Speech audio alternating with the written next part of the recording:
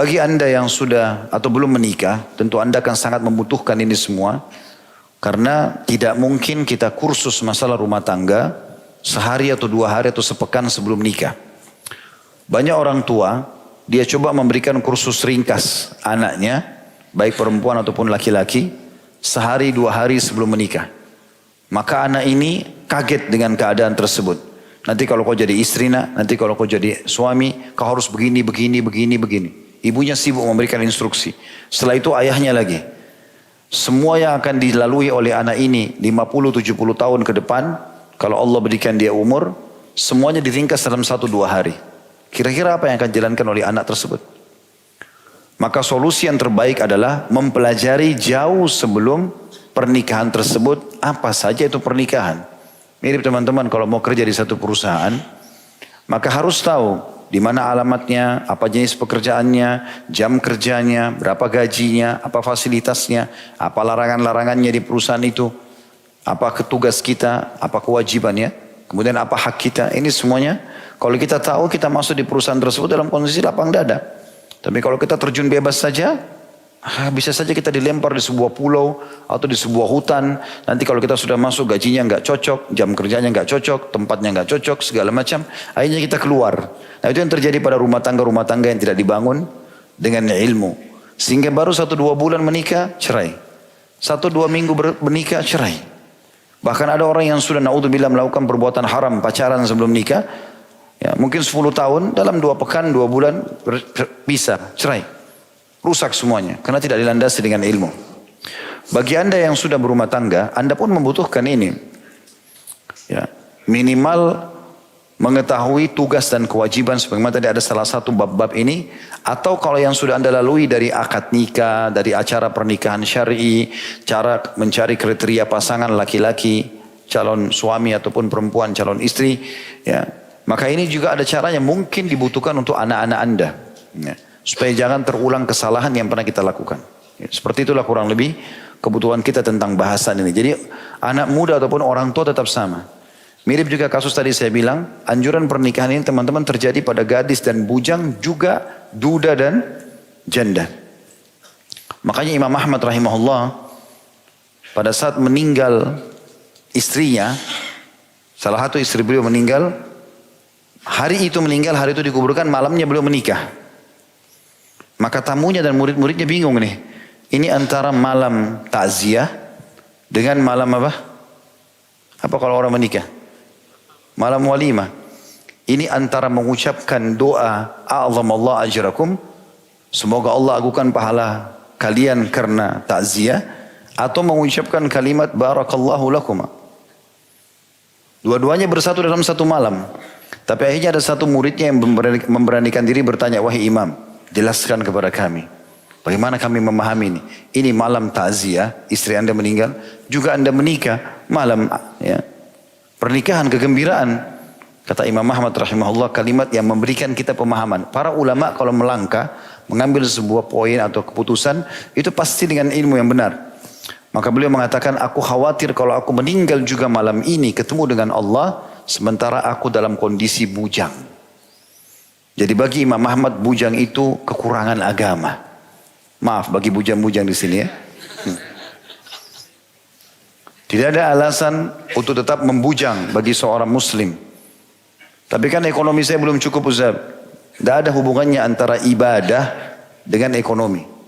Tidak ada hubungannya. Tidak ada hubungannya antara sholat ke masjid harus punya motor dulu atau punya mobil. Jalan kaki bisa. Menikah adalah ibadah. Tidak harus kaya dulu baru menikah. Sampai ada sahabat yang menikah dengan mahar hanya ayat Al-Quran. Ada seorang wanita datang kepada Nabi SAW dulu di masjid lalu mengatakan, ya Rasulullah saya hibahkan diriku buat anda. Nabi SAW melihat ke perempuan tersebut sepertinya tidak ada hajat. Maka Nabi tawarkan ke masjid, siapa di antara jemaah yang mau nikahi? Ada satu angkat tangan. Kata Nabi SAW, coba pulang ke rumahmu carilah sesuatu yang kau bisa jadikan mahar. Walaupun cincin dari besi. Bukan perak lagi. Besi saja kamu lengkungin, bawa ke sini. Dia ke rumahnya, dia balik mengatakan tidak ada ya Rasulullah. Kata Nabi SAW, kau punya hafalan ayat-ayat Al-Quran? Kata dia iya. Kata Nabi SAW, saya nikahkan kau dengan wanita ini dengan mahar ayat-ayat Al-Quran itu. menikah jadi suami istri padahal miskin. Itu salah satu nanti akan kita singgung tentang masalah kafa'ah atau kufu, kesepadanan. Jadi kalau antum di sini laki-laki gajinya cuma 2 juta, ya harus nikah dengan perempuan yang bedaknya juga cuma 50 ribu. Supaya uangnya cukup. Kalau antum nikah dengan perempuan yang kosmetikanya 2,5 juta, 5 juta, tiap bulan utang nanti.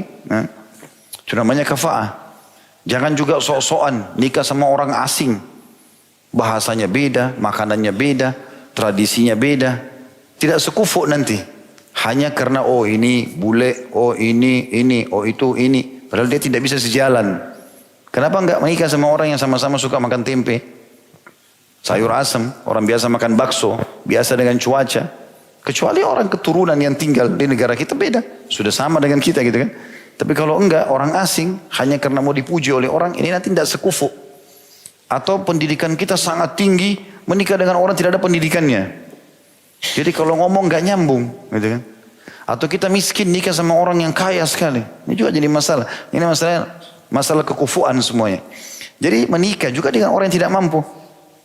Saya ingat dulu saya punya seorang dosen, beliau ketua Mu'allaf Center di Madinah. Masya Allah. Memang seorang dai dan cara penyampaian dakwanya itu luar biasa. Dia kalau masuk di kelas 50 menit ceramah, kita nggak sadar sudah habis waktu. Kalau ngomong enak sekali, dia tulus gitu nyampein. Salah satu yang pernah disinggung di kelas, dia ngajar tentang tarikh dakwah, sejarah dakwah. Bagaimana sih sejarah dakwah awal, bagaimana para nabi-nabi berdakwah, bagaimana bisa menyampaikan retorika yang benar, cobaan-cobaan yang mereka lalui dan seterusnya. Dia sempat bilang, kalau dai di dunia ini yang paling enak itu Indonesia. Saya sama teman-teman Indonesia saling lirik-lirikan. Kok Indonesia disebut sama beliau, ini ada apa? Dia bilang karena di Indonesia mudah sekali menikah. Orang tidak perlu khawatir dengan pelanggaran-pelanggaran agama. Mungkin beliau tidak terlalu banyak faham. Kalau di sini juga banyak perzinahan gitu kan. Tetapi orang bisa menikah dengan perangkat alat sholat. Orang bisa menikah dengan ayam jago. Maharnya kasih ayam bisa. Ada beberapa daerah yang saya tahu, modalnya cuma kasih mesin jahit istrinya atau mertuanya bisa menikah. Mudah sekali.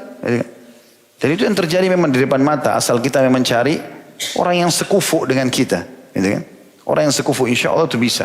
Saya subhanallah pernah ke Jordan, waktu itu ada umroh plus Aqsa. Sebelum masuk ke Palestina, saya sempat masuk ke Jordan. Di kota Petra, salah satu 7 keajaiban dunia untuk membawa jemaah melihat di situ bagaimana keajaiban yang Allah tunjukkan, tanda-tanda kebesarannya ada di situ. Intinya ada satu orang asli Jordan, dia kerjanya punya kuda itu disewain sama dia untuk keliling-keliling tempat itu. Saya sempat bayar dia.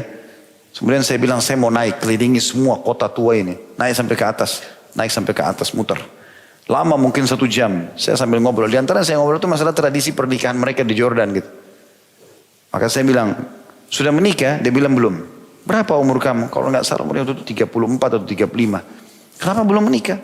Bukankah Rasulullah SAW menikah di umur 25 tahun? Dia bilang di sini susah menikah. Kenapa susah menikah? Tinggi sekali maharnya, mahal biayanya. Saya iseng tanya, emang berapa biayanya? Dia bilang orang yang paling biasa kalau nikah sini, kalau dalam dolar 100.000 dolar. Tahu berapa itu? 1,4 miliar.